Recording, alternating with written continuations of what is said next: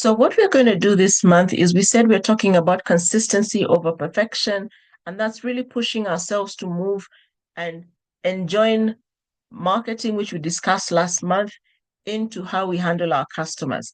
So, there are two things we have customer experience and we have customer service. We will be talking about customer service. Customer experience is how your customer experience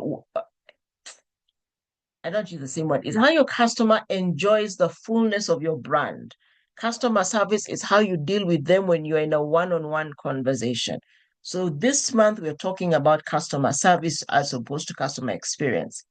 So what we want to do today is we want to understand why consistency is important and how perfection can be a point of stalling with our customers. We will recognize the role of small repeated steps in everything we do to build trust and loyalty, and then identify one sustainable service habit. So as you go through the session, think of the one thing you can do that will enable you to be consistent with your customer, all right? So we're looking at customer service. Fantastic. Twende kazi. Now, what we want to understand is your business is built on trust, okay? So let's think of a business you trust and one thing they consistently do that keeps you going back. Think of a business you trust and one thing they consistently do that keeps you going back. That's what I want to hear from you. What is one thing that a business you trust consistently does? I'd like to see that in the comment section, in the chat section. Flowers and chocolates. Okay? That's what you want to receive for customer service week. Excellent. So think of one business that you trust and one thing they consistently do that keeps you going back. I'm looking for responses. I would like to see what we do. One, a business you consistently buy from, a business you trust, and what do they do that keeps you going back to them? I am waiting for responses. One thing a business you trust does and what keeps you going back. What one thing keeps you going back to them? Excellent service and product. Okay. Somebody else? A business you trust and one thing that keeps you going back there.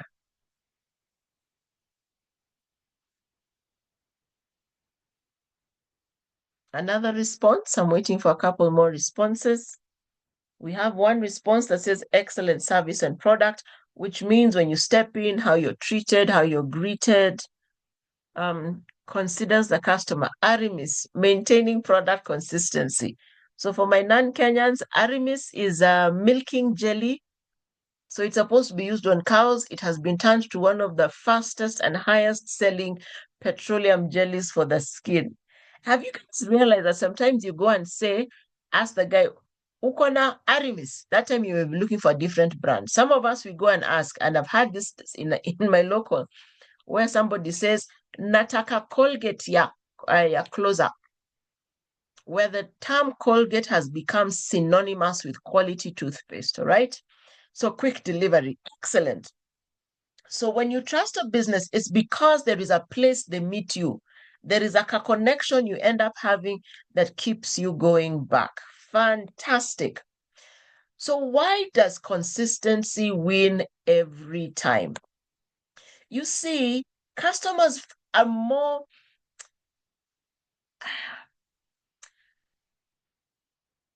they're more concerned about reliability than perfection. Sometimes we say value, but we don't always mean the same thing. Customers are more concerned about reliability than perfection.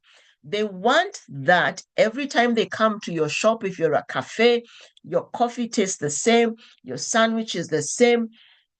When they buy your body butter, it is the same smoothness every time. The scent never changes. When they order it online and you say 24-hour delivery, 24 hours, it is there. Because they're looking to meet a need. Remember we said we must be our customers' painkiller. So whatever the pain is, we must answer that pain very directly. We must enjoin ourselves to the solution that solves their pain permanently. That's what they're looking for. And sometimes, remember, we keep saying, have a minimum viable product. Take it to them. They tell you, color doesn't work. Maybe if you do this color, this range, and you begin adjusting. It's things within your purview that will ensure that your customer will be more comfortable with it. So it is about small steps daily that allow you to deliver consistently, because trust is built by consistency. I said on one of my live broadcasts that consistency beats intensity anytime. And today we say consistency beats perfection. If you are sitting with your product or your service and you're redoing it and redoing it because your head tells you it's not enough, you may get to the market and they're like, we moved on. You identified the need 1 year ago, you're deploying your product 12 months later. No, no, no, no, no. Identify the need. If you can, within a quick turnabout time, deploy the product. Then they say, we prefer this color, we prefer this feel, we prefer this size. I remember there are people I buy product from who began with smaller products because that was easier to make and move. And then we began saying, expand the size. And because we wanted larger sizes, they built larger sizes. So think of a kiosk that opens every day at 7 a.m., no matter what. So you know that if you pass there at 7, in fact, there's not far from where I stay, just outside, about maybe 100 meters from where our gate is, there is a mandazi maker. It's actually a family business. When you go out at 6 or 10 to 6, they're there and they will sell off and they will be done, closed by 7:45. Who are they targeting? They're targeting the people who come from Lolongo, which is near where I am. They are walking to work in Syokimau. So there's a certain route at a certain corner. You know what has also started happening? There are now school children who pass by there every morning to pick up 2 or 3 mandazis, which is about 20 or 30 shillings, and go to school with a snack.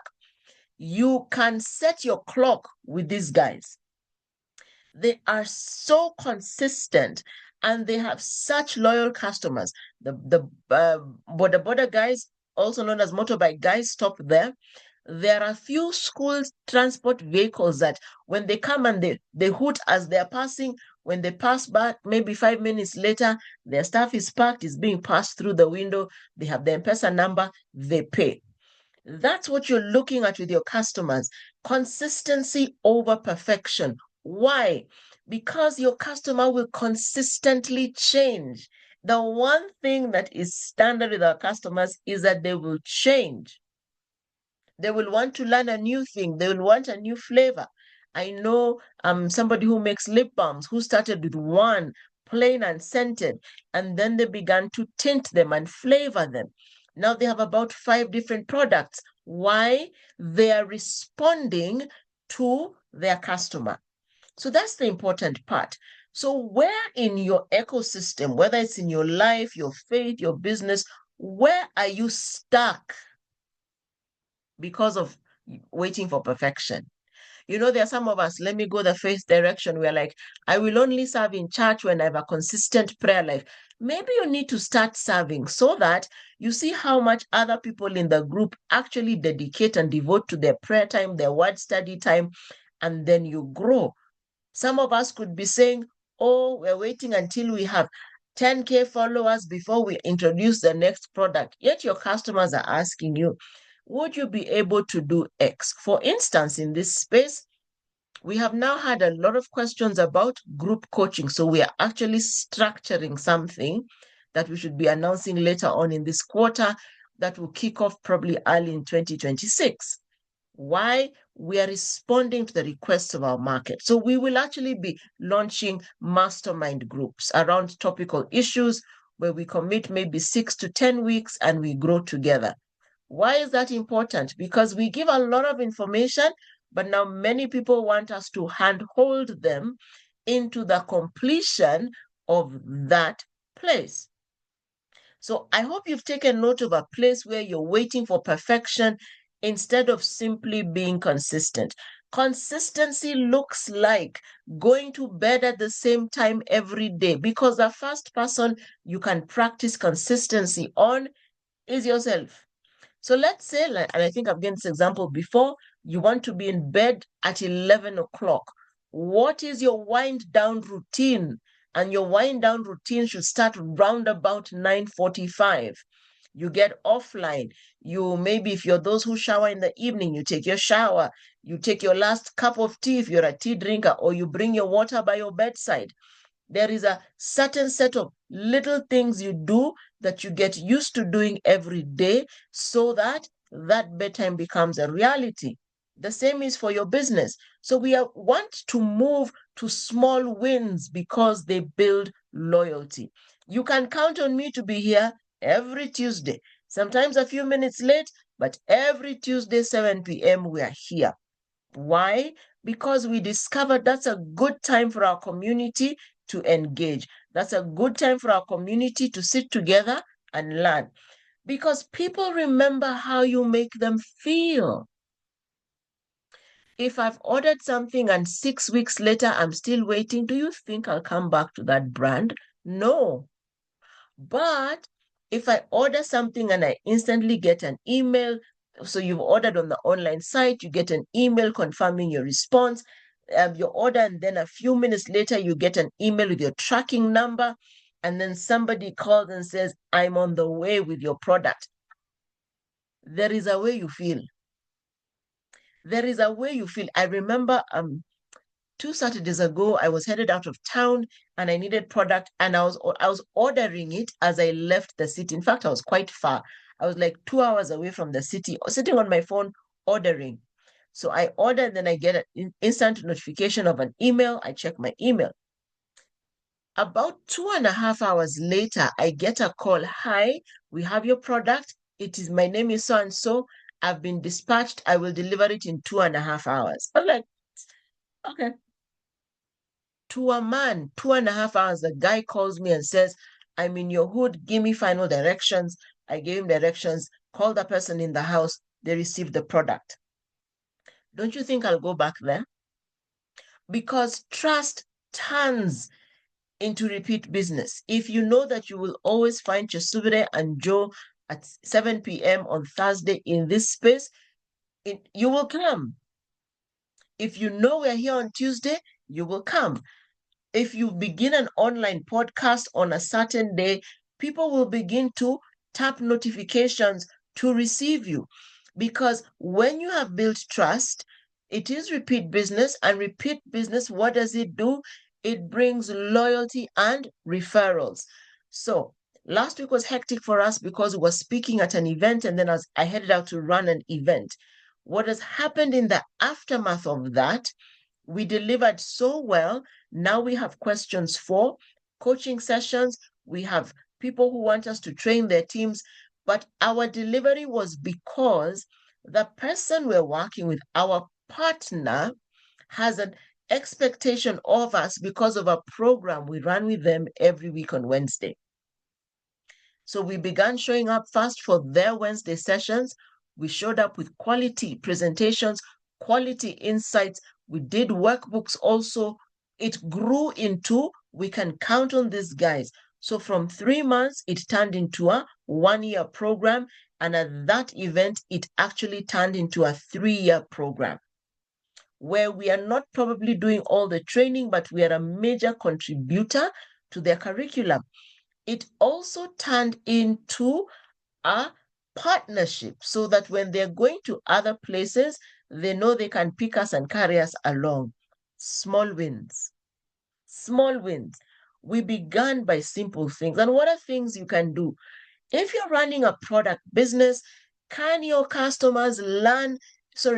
staff learn your customers' names? You know how it feels to go into a shop and be greeted by name? Or there is an eatery I go to on Sundays, and I usually walk up to the counter and they ask, Kawaida? Yes. So now on Sunday we went there, and I usually eat beef fry. They didn't have beef that day. So the lady walks out and says, I am so sorry, we don't have your regular food. I'm very happy. But you know, in that establishment also, it is a pay as you get your food. There are some of us who pay when we are done.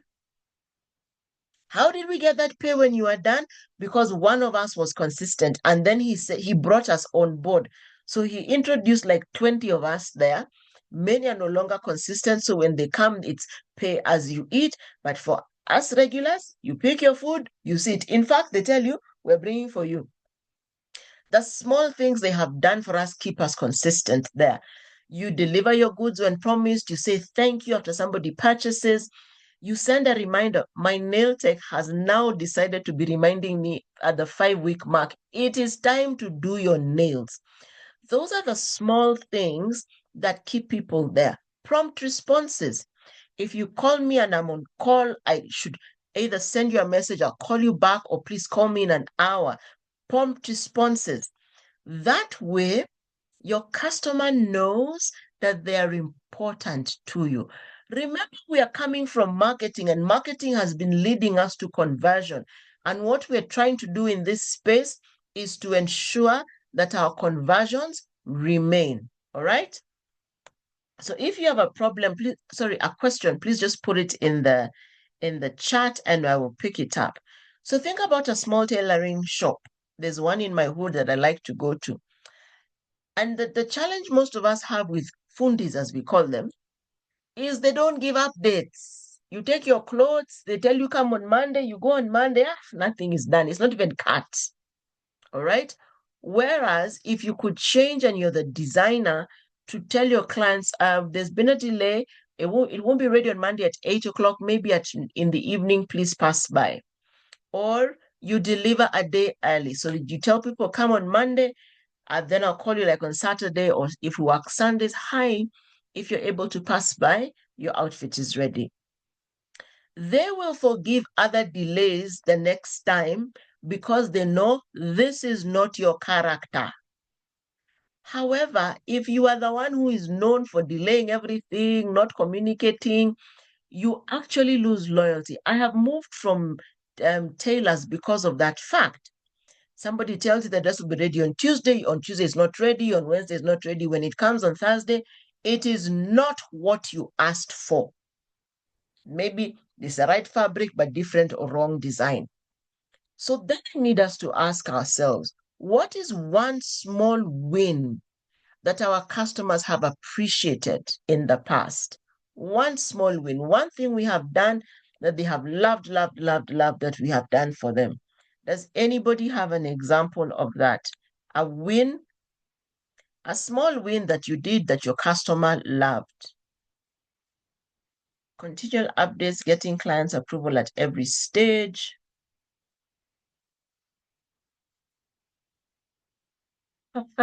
Consistency was Safaricom before Mandamano last year. Good network and internet, excellent communication. Yes, there were crooks who tried to scam, but in general, I have had a good experience for the last 25 years. I'm with you on that one. All right.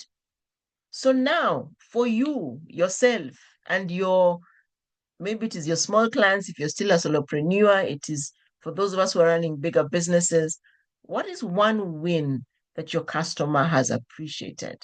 I see Bernard has said getting approval at every stage. That's a really good step, especially in the design business. Anyone else who wants to contribute? What is one win that your customer has appreciated the most?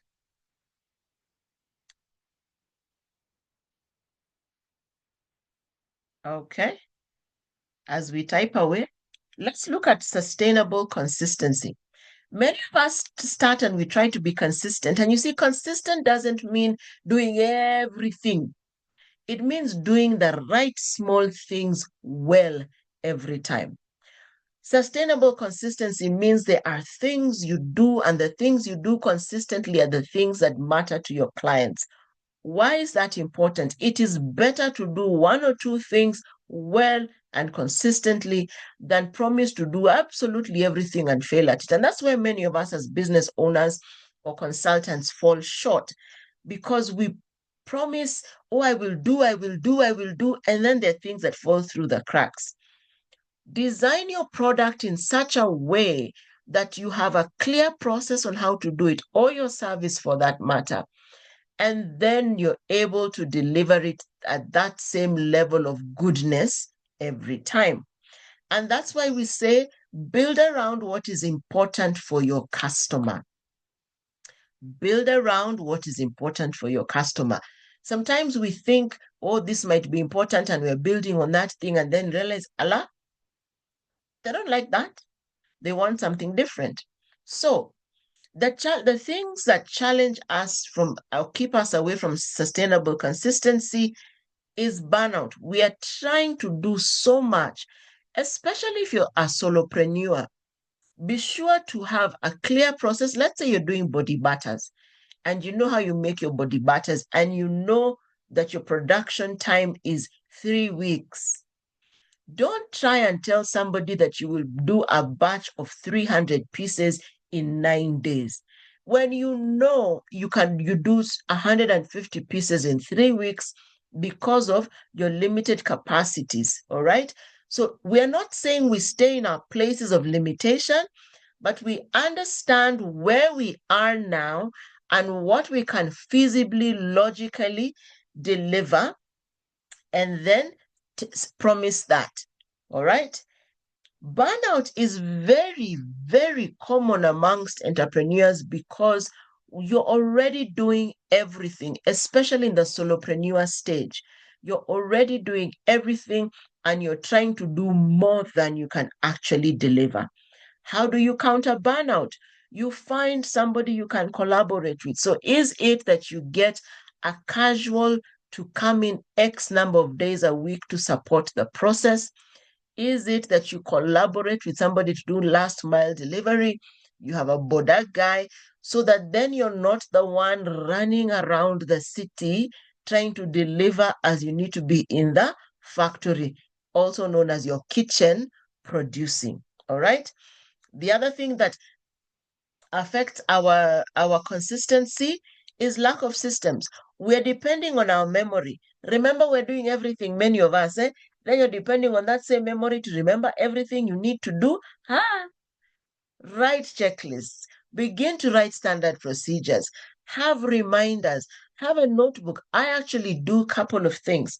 I have one notebook that does my to-do list. I have a separate notebook that I do my scribbling. So when I'm thinking, I think on pen and paper. So when I go to conferences, I use one notebook. If I'm there for 3 days, I'll come back with maybe three more. Why? They are the tools through which I process. But like I've said many times before on this platform, if you're not on my Google Calendar, you are nowhere because I have chosen that to be my primary management tool. So just before we started this class, somebody called me and asked, can we meet on Thursday? I quickly opened my calendar, saw the possibilities, then remembered in the afternoon I have a meeting. In the evening I have a class. So then I know the only time I can meet them is mid-morning. And my number of meetings for the day is done because I block certain amounts of time so that I can actually work. The third thing that stops us from being sustainably consistent is overpromising and under-delivering, where you say yes to everything that comes your way. I will say this repeatedly for as long as I can.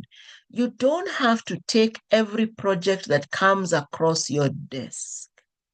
There are times where you can actually just say, I am not available, and you don't do that project. Why? Because remember, we're looking at having systems and we're working to avoid burnout. So you need to look at what you're currently doing and what you can add to that. All right. So I already know I cannot add another Tuesday event in the evening. On Wednesdays, I also have other things I do. On Thursdays, I have things I do.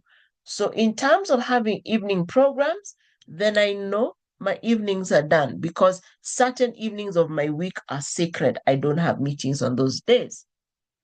All right. So here you are. You have to figure out What can you actually deliver? And that's why I said you don't have to take every job that lands on your desk. Look at the pros and cons of getting ready, moving into spaces, and then be able to say, this is the maximum I can do. Because you will be judged very, very heavily based on how you deliver. The fourth one is perfection paralysis, paralysis by analysis. You are waiting for everything to be perfect before you show up. I'm not saying step into the market with mediocre products, by no means. But when you have got the scent where you want it to be and the butter is as smooth as you want it to be, get little containers and get your potential clients to test it. I remember there's a lady I met who was selling body butters and she had some little containers for 80 to 100 shillings and she had 4 different scents. I bought one of every scent and kept some for myself, gave some to my son. He smelled all of them, tried them when they were small containers, found the one that worked best for him. Then we bought the larger container. So how do you get over your perfection paralysis? You move with minimum viable product. And then the final one, which many of us don't think about, is we think we are too small because we believe only big brands can build reliable service routines. Reliable service routines are built and tested with small numbers because you have a lot of closer contact with your customers.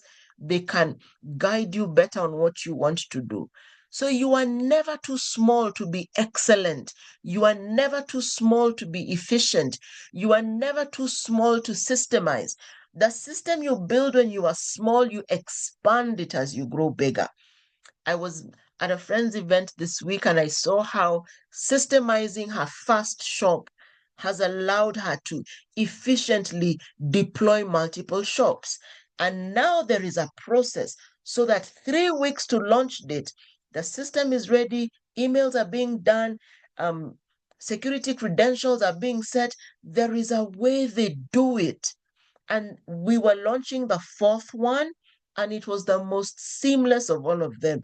Also, because she realized when she's launching a shop, the gap is in the communications and invitations process.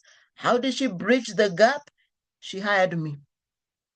So my role in that process was to make sure every invited guest, every potential sponsor gets their letter, responds, what's the feedback, we call back and forth. We had other invited guests, some are for WhatsApp messages, some are for phone calls.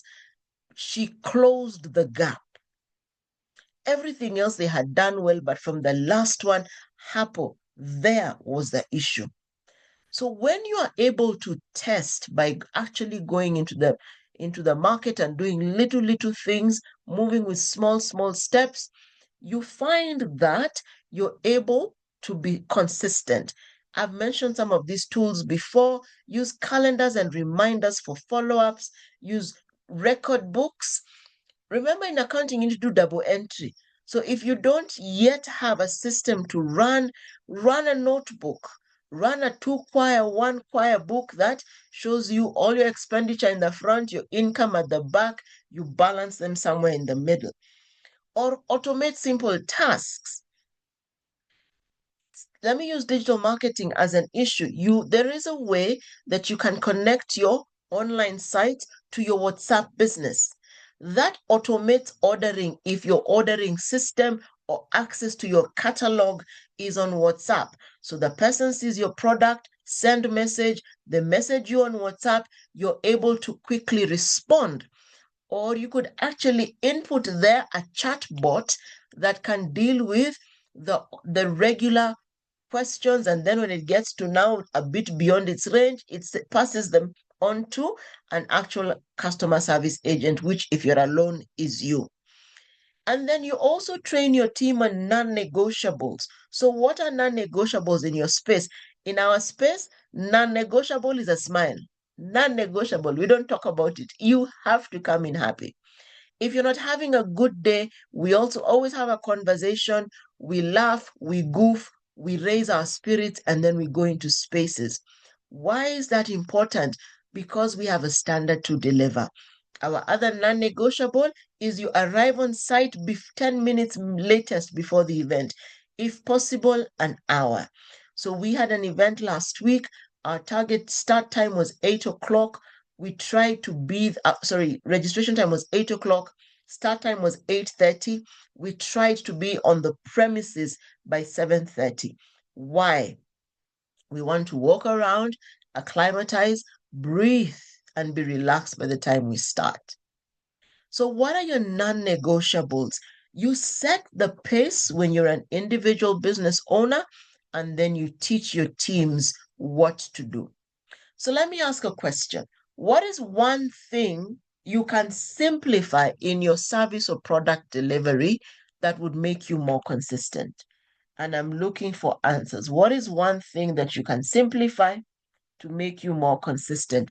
It could be also around your personal life. Remember, all these tools we share, all this info we share, you can apply it to your personal life. So, what is one thing you can simplify in your life, in your service, in your delivery that would make you more consistent? I am looking for answers. What is one thing that would make you more consistent? One thing?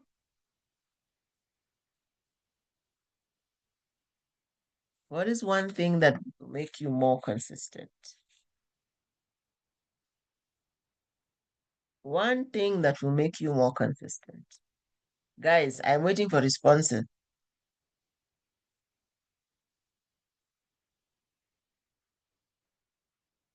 Work with an expert consistently. Excellent. Work with an expert consistently. Somebody else, I'm looking for another one. Small packages available for clients to test. Excellent. What do you make, Maureen? I'm curious.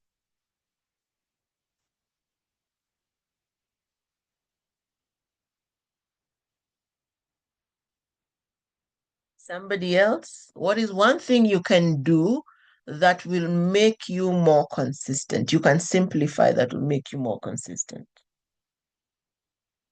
One more response, then we continue.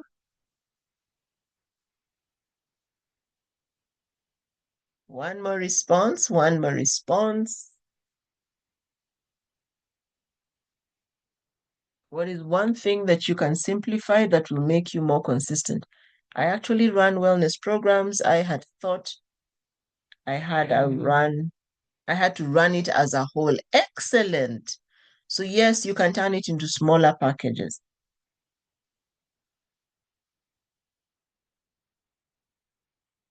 But I get that now I can offer smaller packages. Yes, you can.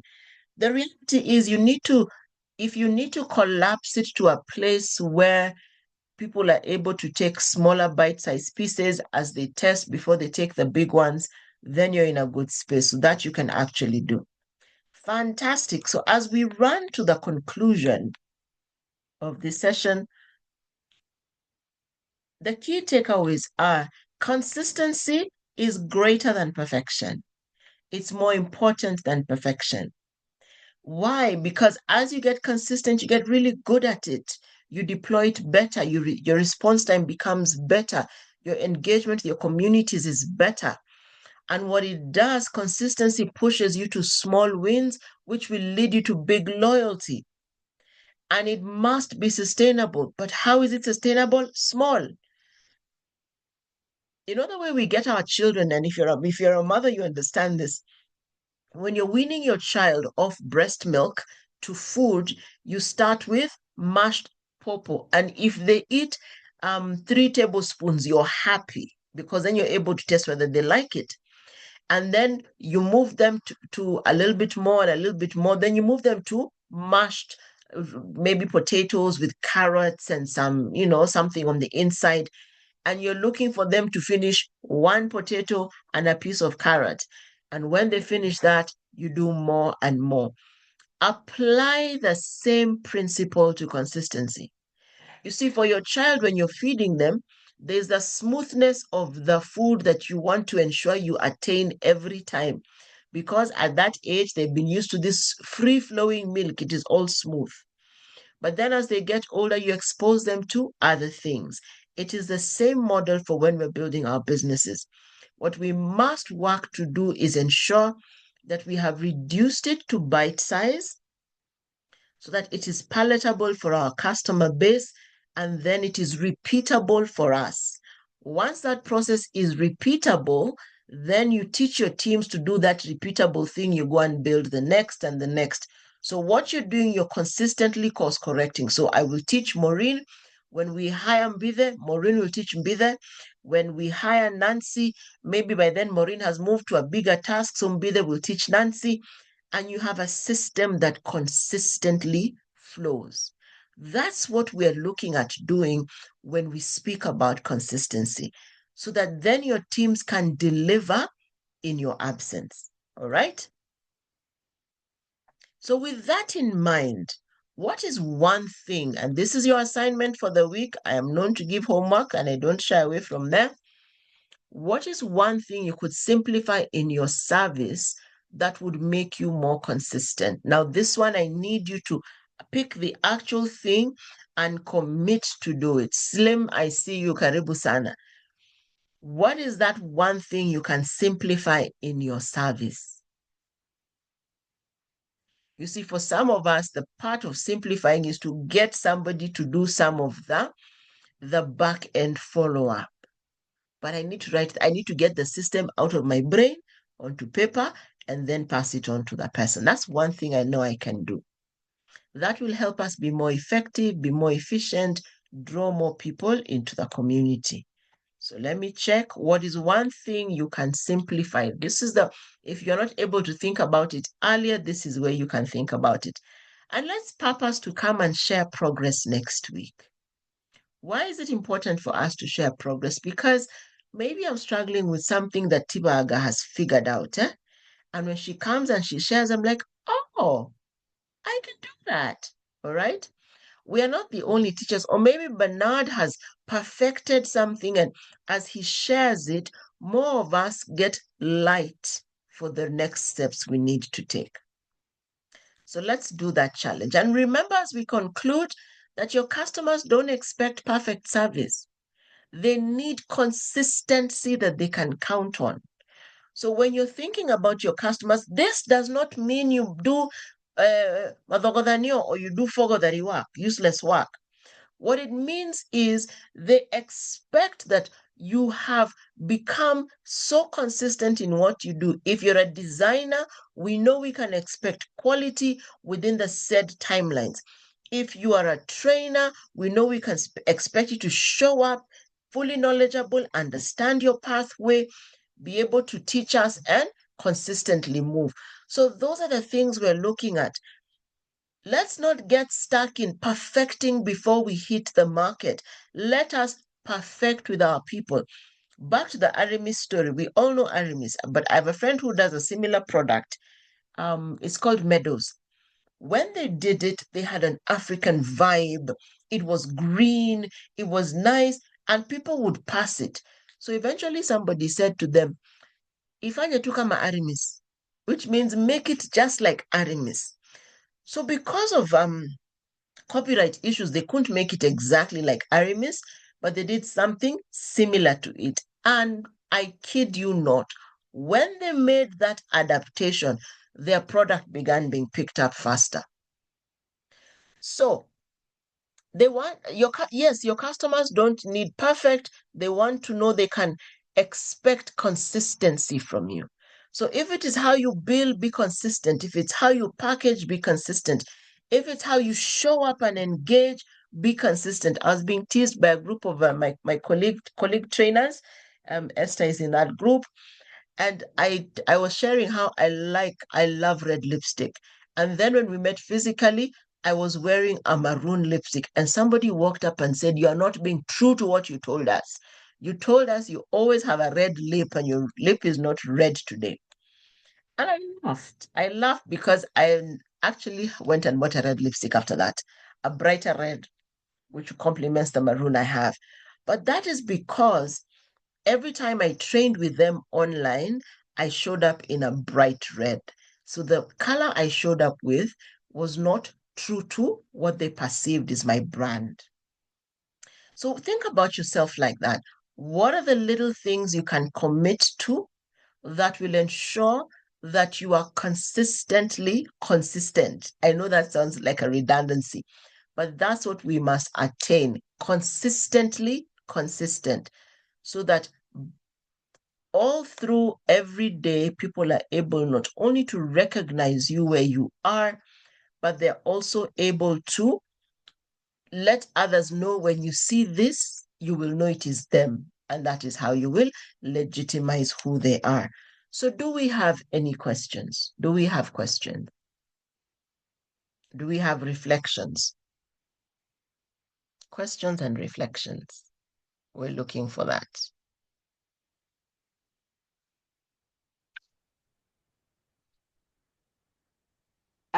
Good evening to you. Good evening, Tibaga. How are you? Tibaga, how are you? Listen, I'm fine. How are you? I'm very well. Very well. Okay. Thank you for this. My issues about you've talked well about the consistency. Mhm. There are issues like in packagings, Mhm. like if you're into manufacturing, sometimes you want to be consistent, but what comes out, especially like if you had somebody to do, they may fail out to mix their colors well, and maybe your labels this time are dull, and the other color has not come out well. All it can also happen with the fabrics. Mhm. And maybe you're making a uniform for a particular group or a school, let me say. And the Mhm. other time you had it right. And now when you go back to the market, it's a bit Mhm. off. And yet it is what is there. So Mm. that is also a big challenge. Much as you may want to be consistent, but Mhm. what is available on the market can make Mhm. you to be a little off your consistency. So is there a So way is there a way, yeah, that you can settle with that you can one settle printer? with one printer? Mm. You find the person that Find gives the you the person that quality you gives you the need and quality you you stay there. need and you stay there. Yeah. Because it is very Because easy for us it to is very say, easy for us to let say, me mute you because of the let echo. me need It's very easy for us to say when you go back to the market, you don't get the same thing. That is true. When we're in the deco industry, you would go and buy white, and today white has a tinge of blue. The next one has a tinge of purple. It has a shade that you can't find. So with fabric, sometimes it's not very easy to control. But when you're printing labels, when you're doing packaging, look until you find a printer or a somebody who will make your product within your price range, who gives you the quality you need, or you up your game. I hesitate to say this, but let me just say it.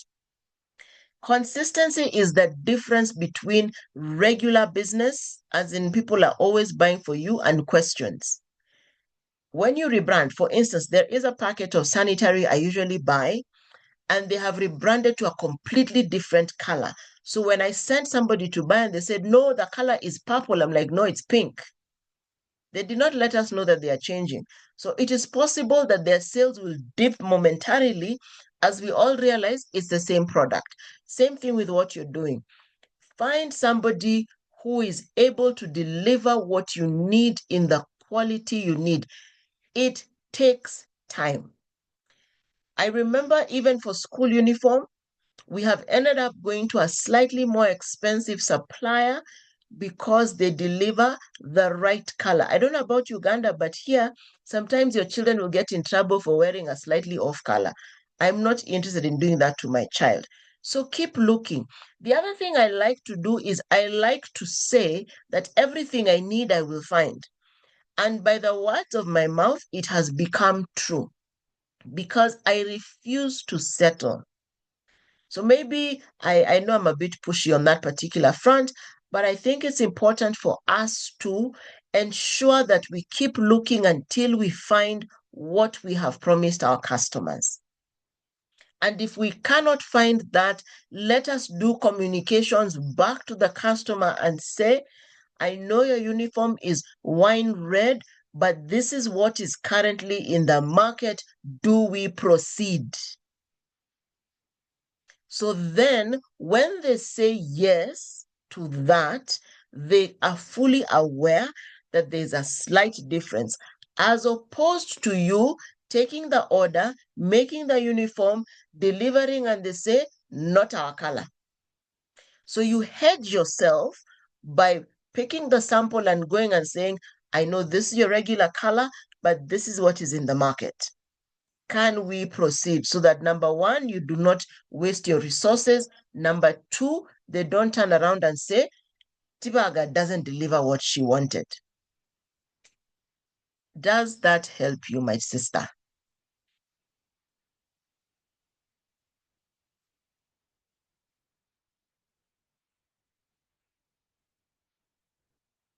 I hope that is useful.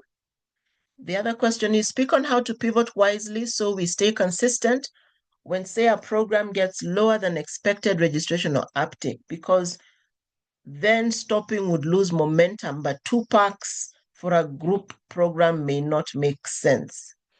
Okay, several things you can do, which is what sometimes we do. If the program has lower uptake than we anticipated it to have, we do the analysis of why wasn't there uptake, and we talk to some of the people who had initially expressed interest. If it is a factor of maybe the cost is too high, what we have learned through the years is offer a scholarship. I never say come in free because somebody paid for that price. So several things you could do. You could offer a scholarship, or you could delay. It's another program I work with. Excuse me. And what we've done in the last 2 times, we have pushed the start date by 3 weeks. So the ones who signed up and paid were like, allow us 3 weeks because the current numbers are a bit low. And a lot of people are happy to indulge and say, okay, that works. And then you go all out and you publicize and market. And what has happened, we have found, is when we've done that, we've gotten the numbers we want. Again, as a man thinks, so is he.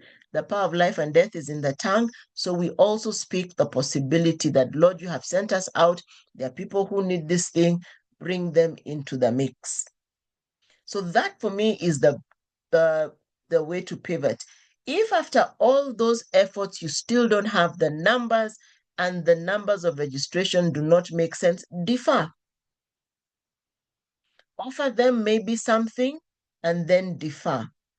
But then if there's no uptake, then go back and reevaluate your market and the product you're offering and the price point it is at and all the other factors in terms of platform. Is it physical? Is it virtual? Go back and interrogate it based on the market intelligence you had. Then go back to your market and say, yo, we offered, you didn't come. Is there a challenge? And you proceed like that. So you're consistently adjusting.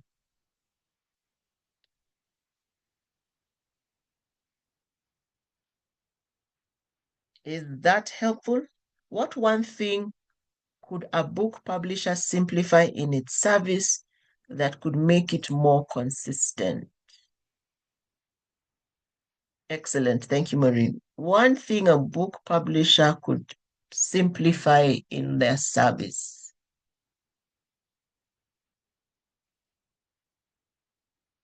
Hmm.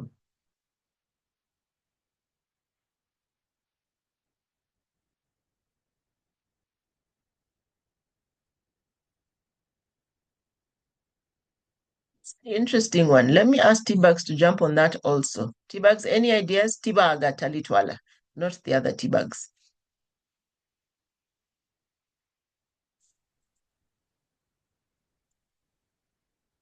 I think it would be to review your process from start to finish and see what you can change or simplify.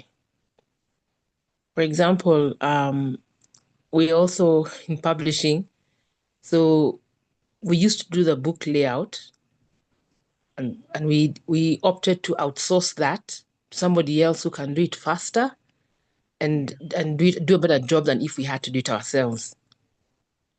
And so in that sense, you look for a partner you can collaborate with.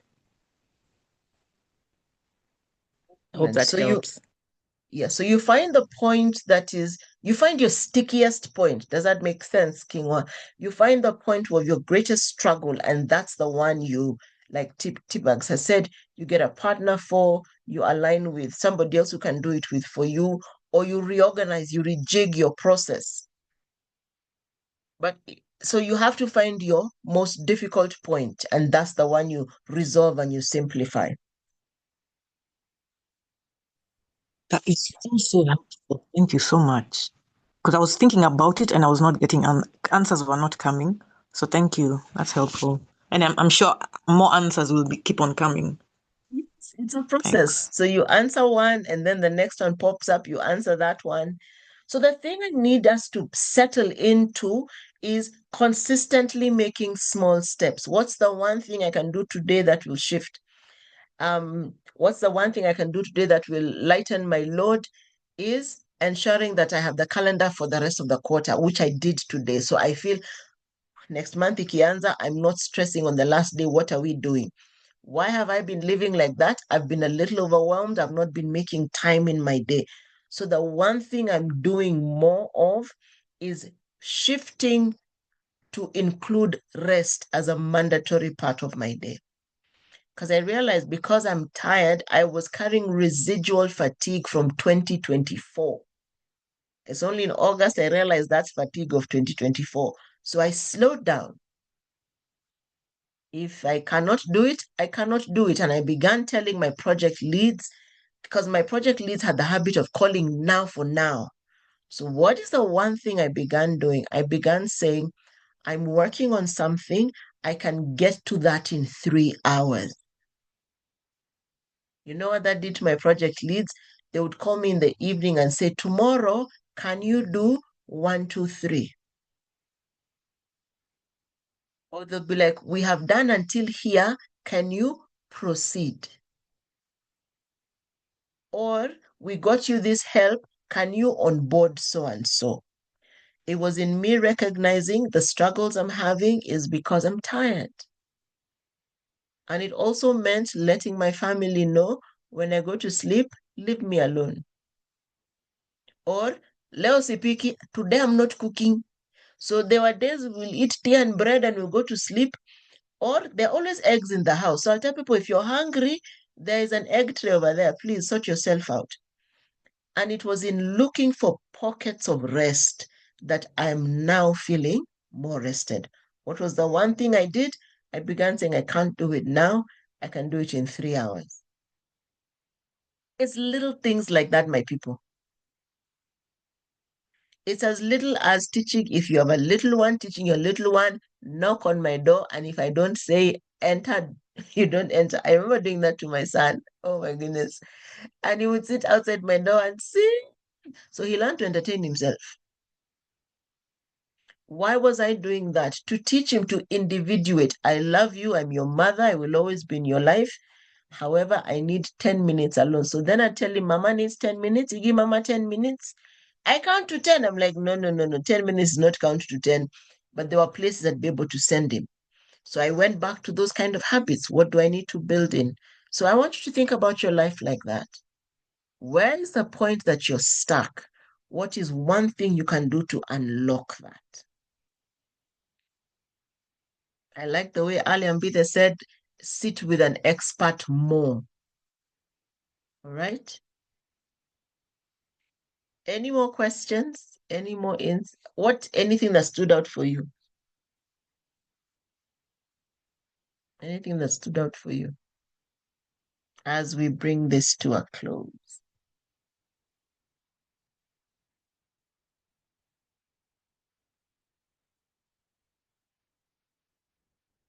All right. So as usual, it is always a pleasure to be here. And the reminder is your customers don't need perfect service. They need consistent service they can count on. That's what they're looking for, and that's what we must purpose to deliver every time.